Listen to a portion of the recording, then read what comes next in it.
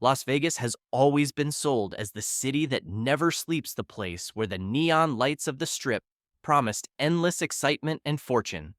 But walk the streets of Sin City today, and you'll notice something strange. The lights are still blinding, but the crowds are gone. Empty hotel rooms, quiet casino floors, and shrinking buffets tell a darker story. And here's the shocking truth: this emptiness isn't an accident. Vegas is empty on purpose. Behind the neon glow lies a ruthless business model. The resort fees of $40, $60 per night. The $25 parking charges, the 000 roulette wheels rigged for faster losses. All of it is designed to make more money from fewer guests. Even a $50 buffet ticket isn't about feeding tourists. It's about trapping them in a system where every choice costs more than it should. For workers, the trap is even worse. Layoffs, reduced hours, and rising rents in Clark County mean they're being squeezed harder than ever. One casino employee put it bluntly: "The lights are bright, but our wallets are empty." The question is no longer, why is Vegas so empty? The real question is, who benefits from keeping it that way? Because behind the glow of the Strip is an economy built to shine on the outside while hollowing out everything inside. From a distance, the Las Vegas Strip looks untouchable. The fountains at the Bellagio, the glowing dome of the Sphere, the flashing signs at Caesar's Palace, they all suggest a city overflowing with life. But step closer, and the illusion begins to crack. Vegas doesn't keep the lights on because business is booming. It keeps them on because the lights are the business. The numbers tell a sobering story. In 2019, Las Vegas welcomed 42.5 million visitors. By mid-2025, that figure has collapsed to just 19.66 million year-to-date. That's not just a dip. That's nearly half the tourists gone in less than a decade. Hotel occupancy rates, once steady above 90%, now struggle to reach 80%, leaving entire towers of rooms dark despite the glowing exteriors. Inside the casinos, the emptiness is just as obvious. Tables of blackjack and roulette sit with only a handful of players. The iconic slot machines, once roaring with sound, are eerily quiet. And the once crowded buffets, legendary for their abundance, now close sections or disappear entirely. The image of excess remains, but the reality is decline. So why do the lights still blaze as if nothing's wrong? Because the neon glow itself is a weapon. The spectacle is meant to fool both tourists and investors into believing the city is thriving. Even with fewer guests, the Strip projects confidence. It tells visitors, "You're missing out if you're not here." It tells shareholders, the machine is still running strong. The glow hides the hollow. This is the genius and the cruelty of the illusion. The lights are not for the gamblers sitting at the tables. They are for the ones still outside, the ones debating whether to book a room, the ones scrolling through social media and seeing Vegas shine as if nothing has changed. The lights are bait, and the emptier the casinos grow, the brighter the bait must glow. The truth is that Las Vegas's economy doesn't depend on reality. It depends on perception. As long as the Strip looks alive, tourists can be lured back even if just once. As long as investors see brightness, money keeps flowing into billion-dollar projects like Formula One and the Sphere. The lights don't tell the story of what is. They tell the story of what Vegas needs you to believe. This is the illusion of neon, a city that shines even when it's hollow, a business model built not on truth, but on appearances. And for those who fall for it, the cost is always higher than they expected. If the neon lights are the bait, the real trap lies in how Las Vegas profits from emptiness. On the surface, an empty Strip looks like failure. Fewer tourists, quieter casinos, shuttered buffets. It should mean the city is dying. But in reality, the emptiness is part of a calculated strategy. The Strip has shifted from more guests, lower prices, to fewer guests, maximum profit per head. Consider the rise of resort fees. What began as a hidden charge of $10 or $20 in the early 2000s has ballooned into $40, $60 per night in 2025. Hotels don't care if they have fewer bookings, because those who do check in are forced to pay fees that generate billions in extra revenue each year. It's not about filling every room anymore. It's about squeezing every occupied one. The same applies to parking charges. For decades, free parking was a Vegas staple. Today, it's common to see fees of $15 to $25 per day at Strip resorts. Executives know this discourages some visitors. But for those who still come, the profit margin grows. In an emptier city, the price tag rises, not falls. The casino floors reveal the same shift. 000 Roulette is the perfect example. By adding another 0 casinos, pushed the house edge to nearly 7.7%, far higher than the traditional 5.26% of 000 Roulette. This move outraged gamblers, but it also ensured that those who stayed lost money faster. In other words, emptiness at the tables didn't scare corporations. They'd rather have a handful of players losing faster than packed tables playing longer. Even the buffets, once the beating heart of Vegas hospitality, have been transformed. Where tourists once paid $10, $50 for endless food, now they face $50 tickets with fewer options. Some buffets, like the legendary spreads at Caesar's Palace or Wynn, now operate more as luxury showcases than mass dining halls. The emptiness is intentional. Fewer guests at higher prices give the illusion of exclusivity while padding profit margins. The Formula One Grand Prix in 2023 exposed this dark logic on a global scale. Hotel rates skyrocketed to $1,000 plus per night. Entire sections of the Strip were shut down, and locals were pushed out. Visitors who paid the inflated costs complained of traffic chaos and poor organization. But from the corporation's perspective, the math was clear: fewer guests, higher rates, more profit. They didn't care about long-term loyalty, only short-term returns. The same logic drives the Sphere, a $2.3 billion entertainment venue drowning in debt. To make it work, tickets are priced at levels that alienate average tourists. But again, the emptiness doesn't matter. As long as a small, wealthy group keeps paying, the illusion of success holds. This is the dark economics of modern Las Vegas. The emptiness isn't failure, it's business. By making the city feel exclusive, by raising prices until only a certain kind of tourist remains, Vegas corporations ensure they profit even as total visitor numbers collapse. But this strategy carries a hidden danger. It alienates the middle-class Americans who built Vegas into a global brand. Families from California or Arizona who once visited every summer now say, "It's not worth it anymore." International visitors compare Vegas prices to Macau or Cancun and choose elsewhere. Vegas might profit from emptiness today, but the long-term cost is loyalty, and once loyalty is gone, no neon glow can bring it back. The Strip is no longer chasing the crowd, it's chasing the few who can still afford it. And that's why the emptiness you see isn't a mistake. It's the business model. Behind the bright neon lights and billion-dollar projects, the people who pay the highest price for Vegas's emptiness are not the tourists, they're the workers who live here. While corporations adjust strategies to profit from fewer guests, thousands of employees are left stranded in an economy designed to use them, then discard them. The layoffs began quietly. In 2024 and 2025, companies like MGM Resorts International and Caesars Entertainment announced cost-saving measures. Behind the corporate jargon was the reality: thousands of jobs cut. Entire departments saw hours slashed. Longtime dealers, bartenders, and housekeepers suddenly found themselves working half shifts or not at all. For workers who had built their lives around steady casino income, the trap snapped shut. Even for those still employed, the conditions are worsening. Housekeepers are asked to clean more rooms in less time for less money in tips, because fewer guests means fewer gratuities. Dealers see quiet tables and fewer players, which means smaller payouts. Restaurant servers complain of guests splitting entrees or skipping drinks, slashing the tips that once kept them afloat. A bartender in a major Strip casino summed it up: "The lights are still on, but our wallets are dark." The financial pressure is brutal. In Clark County, the median rent has climbed nearly 30% in just 3 years. Many families now spend more than half their income on housing alone. Add in rising costs for groceries, gas, and healthcare, and the math doesn't work.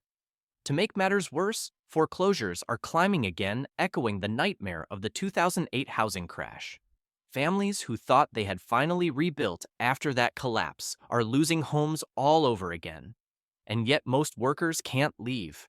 They're locked in by mortgages, auto loans, or credit card debt. Moving out of state would mean abandoning everything they've worked for. Staying means drowning slowly. Either way, they're trapped just like the tourists who feel scammed on the Strip, but with far higher stakes. The human toll goes beyond money. It's emotional. Generations of Las Vegas families once took pride in being part of the city that never sleeps. Parents passed down jobs in casinos, theaters, or hotels to their children. Now that legacy feels broken. Younger workers don't see careers, they see dead ends. A cocktail server with 20 years in the industry told a local paper Vegas promised stability if you worked hard. Now, it's just survival. Outside the Strip, the effects ripple everywhere. Taxi drivers and rideshare operators report half-empty nights. Small restaurant owners away from the Strip say their businesses are drying up because tourists spend all their money on overpriced casino meals. Even street performers, once able to make hundreds of dollars in tips a night, now struggle to scrape together enough for rent. The city that marketed itself as a fountain of opportunity has turned into a desert of despair. Meanwhile, at the top, casino executives still take home million-dollar bonuses. The people who polish the floors, deal the cards, and pour the drinks are told to accept cost savings as necessary. The message is clear: the dark economics of Vegas works only by hollowing out its own community. This is the true cost of emptiness. It's not just the empty hotel rooms or the quiet roulette wheels. It's the empty bank accounts of workers, the empty homes of families forced out, the empty promises of corporations that claim Vegas is still thriving. The neon glow shines brighter than ever, but for the people living beneath it, life has never been darker. The real question isn't just why Las Vegas looks so empty, it's why the emptiness works. The answer lies in the dark economics of the Strip, a system where fewer guests and lower occupancy can still mean massive profits for corporations, while workers and tourists pay the hidden costs. Start with lower operating costs. When hotels run at 80% occupancy instead of 95%, they need fewer housekeepers, front desk staff, and bartenders. Cutting shifts saves millions in wages and benefits. To outsiders, half-empty resorts look like weakness. To corporate accountants, they look like efficiency. Then there's the illusion of exclusivity. By raising room rates to $300 or more per night, even with fewer bookings, hotels project a sense of luxury. A tourist walking through a half-empty lobby may think this must be an elite experience. In reality, the emptiness is a side effect of a strategy to charge more for less. On the casino floor, the same logic applies. 000 roulette, tighten blackjack rules, and fewer comp drinks all increase profit margins. Executives don't care if fewer people play. They care that the ones who do lose money faster. For them, a smaller pool of gamblers is fine as long as every spin of the wheel and every card dealt stacks the odds higher in the house's favor. The city's billion-dollar projects reveal the same mindset. Take the Formula One Grand Prix. The event cost corporations $20 million in sponsorships and created weeks of chaos for locals. Hotel rates skyrocketed to $1,000 plus per night, pricing out middle-class fans. The Strip was gridlocked, restaurants were inaccessible, and reviews were brutal. But to investors, the math worked: fewer visitors, higher spending per head, and headlines that made Vegas look like the global stage even if locals hated every second. Then there's the Sphere, a $2.3 billion entertainment marvel drowning in debt. On paper, it's a financial disaster, yet its glowing visuals beam across social media, branding Vegas as futuristic and unstoppable. For Wall Street, perception matters more than reality. As long as the neon glow suggests success, stock prices and investor confidence remain high, no matter what the numbers on the ground show. This is the heart of the dark economics. Vegas doesn't need full casinos or packed buffets. It needs the illusion of demand. The empty tables, the silent slot machines, the unused hotel floors, all of it is hidden behind neon lights that keep tourists dreaming and shareholders investing. The spectacle is the product, not the reality behind it. But the cost of this model is enormous. By prioritizing short-term profit over long-term loyalty, Vegas is burning bridges with the very people who sustained it for decades, middle-class Americans. The families from California who once drove in for a cheap weekend, the Canadian tourists who filled hotels, the Chinese high rollers who once played for days, many of them are gone. They've chosen Cancun, Macau, or even domestic trips over a city that feels more like a scam than a celebration. The strategy works on paper, but it empties the soul of the city. Instead of life pouring into the strip from every direction, Vegas has become a hollow shell, bright on the outside, barren inside. It's economics that thrives on illusion, and like every illusion, it can only last until the audience stops believing. This is why Vegas feels so strange in 2025. The lights are brighter than ever, but the city is emptier than ever. And that emptiness isn't failure, it's policy. It's the dark economics of a city that decided profit mattered more than people. The emptiness of Las Vegas may look like a local problem, but it's really a national warning. The dark economics keeping the strip glowing while everything inside decays are the same forces hollowing out America itself. Vegas is not the exception, it's the preview. Start with debt. Just as tourists arrive on the strip thinking they'll splurge for a weekend, millions of Americans are living beyond their means because the system almost forces them to. In 2025, U.S. credit card balances have passed $1.3 trillion, with late payments at their highest since the 2008 crash. The same way, casinos design games so the house always wins. The American economy stacks interest rates and fees, so households can never get ahead. Vegas is simply the most visible example of how debt turns into a trap. The housing market tells the same story. In Clark County, foreclosures are climbing again as families buckle under higher mortgage rates and rising rents. But this isn't just a Vegas story. From California to Florida, cities are seeing homeowners squeezed out while corporate investors scoop up properties. Vegas's empty homes mirror the boarded-up houses spreading nationwide shells of a dream that no longer works. There's also the collapse of trust and fairness. Tourists feel scammed by resort fees, triple-zero roulette, and $50 buffets. Across America, workers feel scammed by promises of stable wages, affordable health care, or retirement security promises that keep breaking. The Strip's betrayal of its visitors is the same betrayal millions feel when they realize the American dream is no longer built for them. And then there's the obsession with illusion over reality. Vegas keeps its neon blazing to hide half-empty casinos. Similarly, America projects images of prosperity record stock markets, billion-dollar stadiums, luxury malls, while ignoring the fact that millions can't pay basic bills. The glow matters more than the truth. The show must go on even if the stage is collapsing. Atlantic City already showed what happens when the illusion fades. Once a booming gambling hub, it collapsed into bankruptcy and decay when tourists stopped believing in the dream. Las Vegas was supposed to be different, too big to fail, too iconic to fall. But now it's showing the same cracks. And if Vegas can't escape the trap it built for itself, what hope does the rest of the country have? This is why the emptiness of Vegas is so chilling. It's not just about fewer tourists. It's about the blueprint of an economy that values short-term profit over people, illusion over reality, and appearance over truth. It's a model that has infected more than casinos. It's shaping cities, corporations, and the nation itself. Look at America's staggering $34 trillion national debt. Look at the way healthcare bankrupts families. Look at how wages stagnate while costs soar. These aren't isolated issues. They are the same dark economics that keep Vegas glowing while hollowing it out inside. So, when you see the Strip blazing with light but strangely empty, don't just think of Vegas. Think of the country.